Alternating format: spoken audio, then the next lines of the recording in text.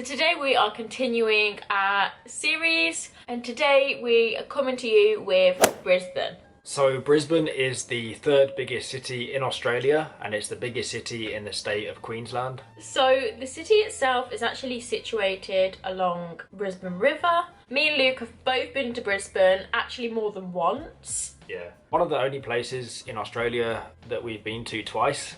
We were doing our farm work for our visa near Brisbane, so we basically went there before and after. Yeah. I spent a total of 10 days altogether in Brisbane. How long did you spend? Like 5 days, I think. Yeah, I think I was like 5 and then 5 each side of doing our farm work, so got a pretty good feel for what the city's like. Yeah. I was staying right in the city centre, and I think it's like a really nice city, to be honest. It's definitely busy. It was like springtime when I was in Brisbane, so it was pretty hot. That was the first time. The second time I was there, it was in the summer. Both times I was there, the weather was really good. I mostly spent time just walking around the city. The weather was good, so there's loads of parks, and it's nice walking along the riverbanks and stuff. I was the same, really. So they've actually got a man-made beach. Yeah. So we actually went to the man-made beach, chilled around there because there's loads of nice restaurants, get an ice cream. We also went to a museum. We went to Brisbane Museum, which I thoroughly enjoyed. Well, yeah, basically we just did loads of touristy things, went to the big Brisbane sign, had a picture outside there. I like the nightlife as well. The nightlife was really cool. They had a lot of live music, bands, really nice restaurants. I was there for New Year's Eve as well. Yeah. So 2020, turning 2023, I had New Year's Eve in Brisbane, and yeah, it was pretty decent. The nightlife's pretty big there. I think probably because it was New Year's, but yeah. I think it's pretty good for nightlife. It's one of the better Australian cities for nightlife. A lot better than Sydney. Yeah, Sydney was not good. Sydney nightlife is, to be honest, Australian nightlife isn't the best. It's nice for outdoor bars and stuff. But yeah. So we're going to talk about some of the top attractions that you can see in Brisbane. The first one is the Mount Coot Summit. That is like a mountain, a big hill forest area near Brisbane, and it's one of the coolest lookouts. Is that what I went on? Yeah. Yeah, Jess went up there. Obviously we was in Brisbane at separate times. We've both been up there. You did like sunrise up there, didn't you? So the people that I were with, we decided to wake up at, I think it was like 4 AM or something stupid like that, to run up there in the dark, which was at least a 6k run, 7k. Yeah. I hiked it, and honestly it took so long. And let me tell you, it was so worth it. I'll insert the pictures here. It was incredible to see the sunrise. It's a really good viewpoint, but the thing is, it's so steep. Yeah, you can actually hike from the city up there, which is pretty long, to be honest, or you can get the bus halfway and then hike the rest. But it's definitely worth it for the viewpoint. Yeah, it's really nice. So as I discussed before, you have South Bank, which is Brisbane's man-made beach. Definitely would go there more in the warmer, well, Brisbane's always quite warm, but when we went it was August, so it wasn't red hot, but sunny enough to sunbathe on the bank and get some nice ice creams and iced coffee. I think they got quite a lot of stuff on the South Bank, not just the beach. They got loads of restaurants and things. It's one of the most popular bits of Brisbane. So the next one is not actually in Brisbane, but it's pretty close, and that's the Steve Irwin Zoo. Definitely meant to be the best zoo in Australia.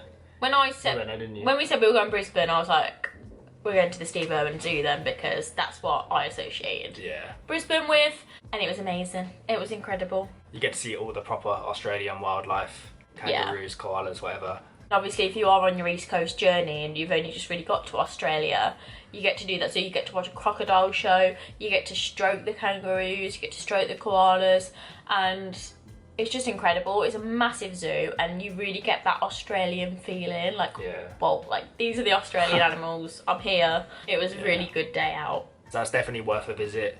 It's like an hour drive from Brisbane, I think. We actually got the train. Yeah, the train. Oh, that's decent, Okay, so you've got Roma Street Parkland and the Botanical Gardens. I mean, are you in Australia if you don't have a Botanical Gardens? The Brisbane's one's pretty nice. It's small though. It's quite small, yeah. Is it? What are the best botanical gardens in Australia? Obviously, Perth is the best one. Oh, Perth beats them all. Darwin one was cool. Yeah, that's true. Darwin one was cool. Yeah, but I think in Queensland you do have all like the tropical plants and stuff, because it's a bit more like jungle and stuff up there. And it's humid, so they can keep the so it's a pretty cool one. It's all down by the river, so definitely good for running around and stuff. And if you just want to get a bit of nature when you're in the city, get away from all the buildings, then it's definitely worth seeing. So if you're staying in Brisbane for a little while, then it might be worth checking out the Sunshine Coast, which I think it's like the Gold Coast. I didn't actually go there, but I think it's like the Gold Coast, but a bit more chilled out. Yeah, it's like a beach town, lots of like caravans and stuff on the beachfront. So, and there is also Stradbroke Island. I think that's how you say it. It's an island next to Brisbane, so I think there's quite a lot of nature and stuff on there. Okay, so one bad thing about Brisbane, I would have to say that you don't really get a break from the heat, but it's not just that, it's the humidity as well. yeah, it gets humid, but that's anywhere up north. If you've chosen to go up north to live, then it's gonna be humid and hot. Yeah, that's one of the facts about Brisbane, is that it is the hottest city in Australia on average. Yeah. Oh wow. It's the hottest city in Australia on average, mostly because the winter doesn't really cool down much. Year round it is the hottest city. When it's humid, you also don't feel like you get a break. So just before we move on, I've got another fun fact for you all. That Brisbane is actually one of Australia's most biodiverse, greenest cities. Yeah, interesting.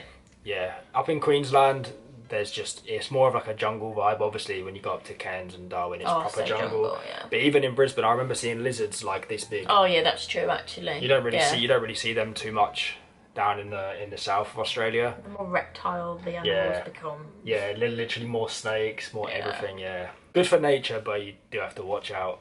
You do.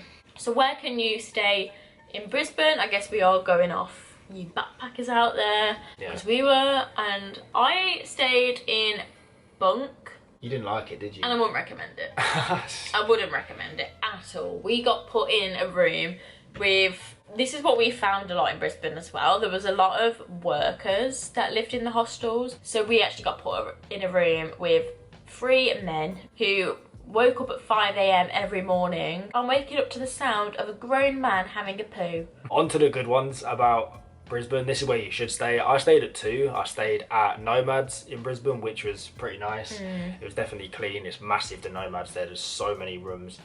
The only negative about that though is there is a nightclub like underneath it. Yeah, we had a nightclub next to us. All night you could just hear like booming. That's the thing with Nomads hostels, they always have a nightclub attached. But the one that I would recommend, we always say it, but YHA. Definitely the best hostels. The one in Brisbane's really good. It's not right in the city centre, it's like a 20-minute walk along the river, but it's a bit more quiet there, and it's just a really nice hostel. It's really clean. There's like a rooftop pool, there's a rooftop bar, like it's probably the best YHA I've seen.